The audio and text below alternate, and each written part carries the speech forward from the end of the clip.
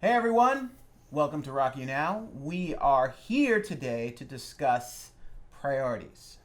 We want to get your head right for making music. This is not some sort of technical discussion. We're not going to talk a lot about the specifics of the mechanics of music, but we are going to talk a whole lot about how to approach it psychologically so that there's no miscommunication between what you want to do and what you're actually doing. We, meaning me and Bob, say hi, Bob. Oh, hi, Bob. There you go. So me and Bob, we sit in the room with bands all the time. Isn't it Bob and I? Bob and I sit in the room with bands all the time, and part of the problem is most bands have a few, if not many, obstacles that are self-inflicted. A lot of things that go wrong with a project have nothing to do with the music. A lot of things that go wrong with a project are assumptions that are made and things that are put as barriers in order to somehow satisfy some sort of fear or anxiety about doing music on a grand scale. I'm going to turn it over to Bob because I want Bob to talk a little bit about the most common 3 or 4 things that you see when a band walks in the room and they've already seemed to have it all figured out. Interesting, yeah. There's a couple of things that always come to mind. One issue is always trying to get everything they've ever learned in music into one song. Just like, oh, I can play this riff, so I'm gonna put this riff in this song, even if it doesn't work or doesn't fit. And it's that nature of, it's learning how to say, we don't need to have that in this song. Really, what we need to do is focus on the things that are really gonna deliver the emotional impact to the audience. And that's one of the big ones.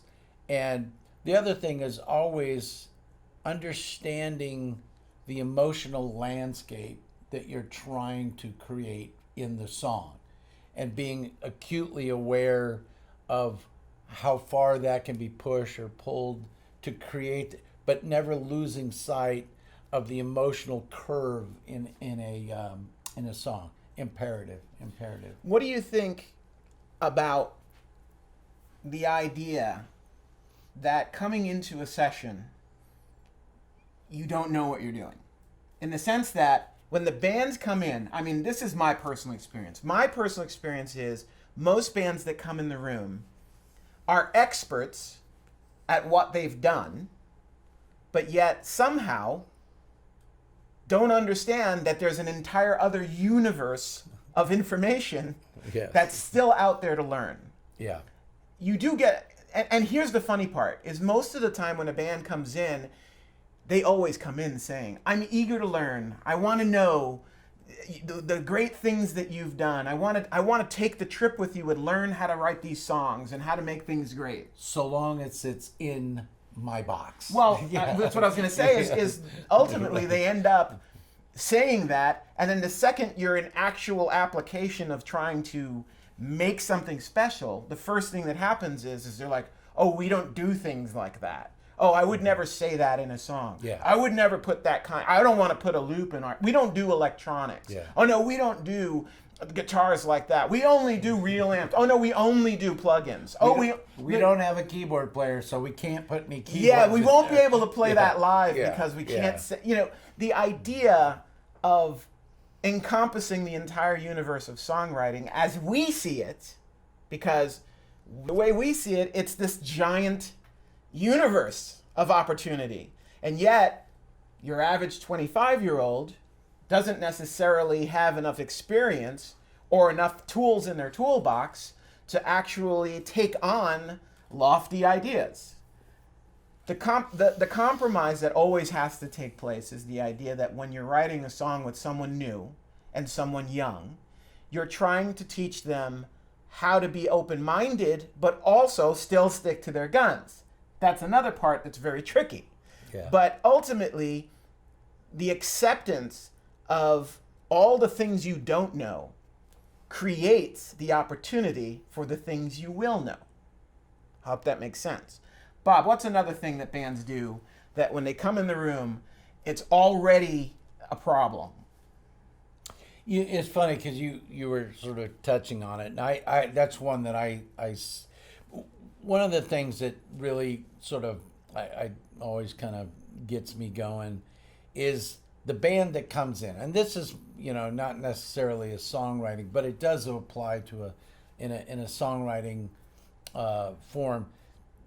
The problem is they'll come in and they will have listened to all of the bands that were in their genre, and they are so aware of that. And then if I've done a bunch of bands in their genre, the first thing that they'll ask me is, what did you do on that record? Can you do that for me? And the first thing I always say is like, but they've already done that. So part of what we need to do is create your own lane. And I think this is one of the things that we'll eventually get into in the songwriting aspect, is understanding how to clarify a lane and understand how to, get songwriting to evolve so you start creating your own signature components to your songs. Absolutely. And in my personal experience, which is always the which guitar did you use on that record? Can we use that guitar and that amp? Yeah. No. Yeah, we've already done that. Yes, Why do it again? Exactly. The other thing that's related to that is when a band comes in and I want to sound like Bring Me the Horizon. I want to sound like In This Moment. I want to sound like whatever the band is of the day, right? Imagine Dragons, Shinedown, whatever the band of the day is that they want to sound like. The funny thing is, they're not really understanding why they sound like that. They are completely prioritizing the wrong things about the recordings that they love.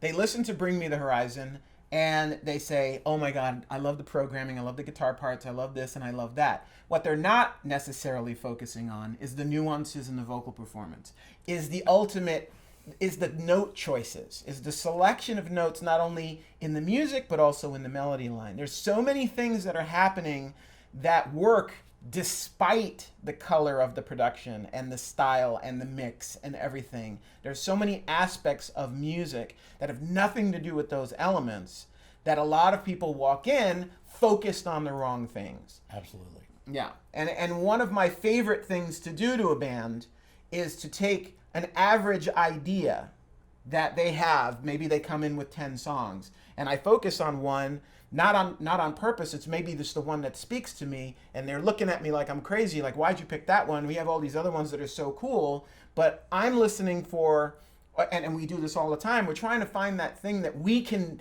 the one that's most clay-like, the one that has the most opportunity locked inside of it, other than coming in with the song that already has a sort of generic, been there, done that verse and chorus, been there, done that bridge, been there, done that lyric. All of that stuff, while it makes you feel better on the inside, it makes you feel better to have stuff be familiar and be inspirational to you.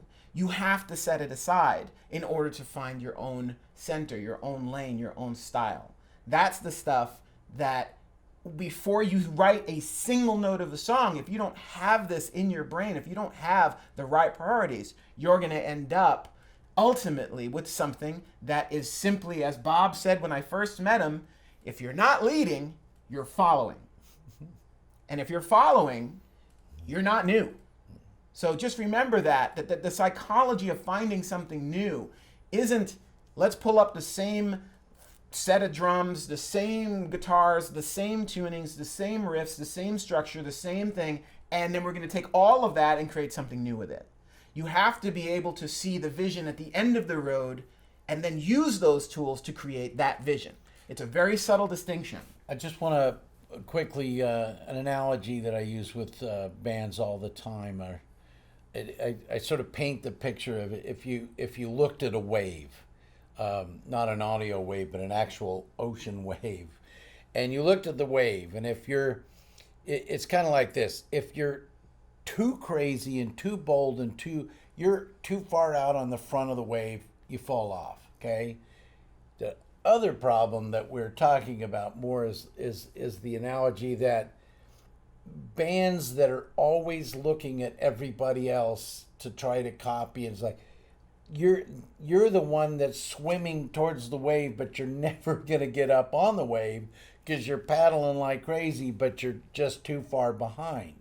And it's always, and I do say this to bands all the time, it's like you cannot sit there and just simply chase somebody else's thing, because that, if you're chasing, what are you? You're behind. Boom. Yeah. No, it's a great thing. It's one of the first things. That and your shitty snare. Oh yeah. Your shitty snare one is one of my favorites. So Bob, tell them the shitty snare one. So yeah, this is a big one, and every band that I've done for the last 20 years has heard this same thing. And so, what is the cure for a shitty snare drum sound? And every band's like, duct tape on the snare, new head, different sticks. I'm like, no. The cure for a shitty snare drum sound is a hit song. Because who the hell cares about what the snare drum sounds like if it's a hit song? Priorities. Understanding it's all about that song. All about that vocal performance, the song, the emotional delivery, understanding the importance of the delivery. Boom. Yeah. So, in getting into a little bit more of the psychology, some of my favorite things are to delineate the difference between a decision that's bold and a decision that's fear-based, right? So we always have to our job, let's say 50% of our job is dealing with record companies, labels, managers, the people who know what good music is.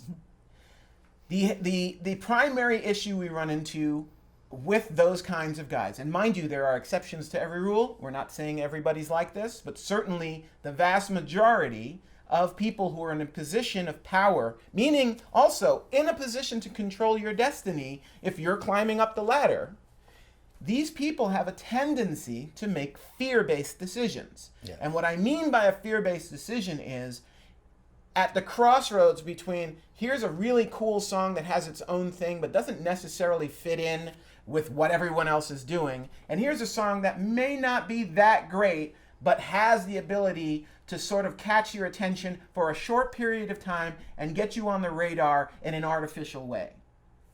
It's very difficult from a business standpoint to make the argument that this side is the right argument. But traditionally, what always seems to make the most money is always the one that's riskier, more adventurous, more Absolutely. emotionally detached from what is safe. When you're dealing with fear-based decisions on a minutia level, we're talking about now we're going down to the level of what we were just talking about, the shitty snare. It's very easy to be like, I want the get good drum, snare drum. I want the superior drums, kick drum. I want this or that. You get wrapped up in these little tiny decisions, but you're not really even processing the idea that these might be fear-based decisions. The only reasons you're choosing that tone, that bass tone, that guitar tone, that keyboard patch, that style, that technique for that moment, you might be making that decision because you're afraid to do something that isn't already established as trendy. And when you make a bunch of little decisions like that, guess what? It adds up to a big impact. Death by 1,000 paper cuts. Exactly. Yeah, it's a sad state too, because sometimes you get bands who can't break the habit that all they want, their ultimate goal is to sound like the new Ice Nine Kills record, or to sound like the new Shinedown record, or to sound like Parkway Drive, or to sound like Asking Alexandria, whatever it is. The idea of all of these bands sort of homogenizing the same tone, and then you're equating that to their success, when in a lot of cases, that's not why they're successful. Right. A band like Asking Alexandria is a great example. because they're successful because the music supports emotionally what Danny's singing. No other reason. There's no other explanation. The stuff is cool, but there's 1,000 bands playing those riffs. There's 1,000 bands playing all that stuff. The most important thing to remember is supporting the idea and concept that the song has before you move on to production and style. That concludes part 1 of priorities. Click subscribe if you're interested in continuing on, and we will notify you when the next videos are up. Thank you so much.